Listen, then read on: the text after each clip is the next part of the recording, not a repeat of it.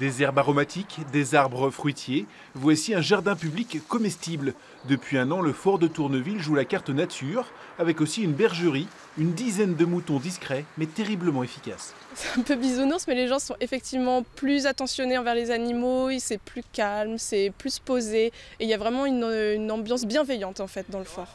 Le fort était un peu le laboratoire à vrai. La ville compte maintenant multiplier ses pratiques vertes avec de l'éco-pâturage, des ruches ou encore de la végétalisation.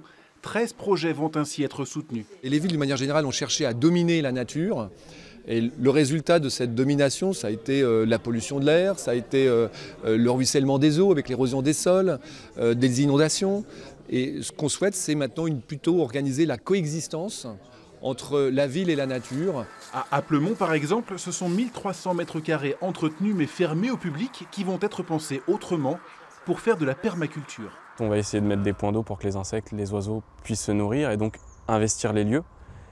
Et à terme, avoir un certain équilibre au niveau de la biodiversité qui fait qu'il n'y aura jamais une espèce qui sera trop présente et qui du coup dérangera le jardin. Les élus comptent aussi sur les bonnes volontés pour multiplier les jardins de rue, les jardins partagés, histoire que les Havrais n'aient pas besoin de sortir de la ville pour voir un peu moins de béton.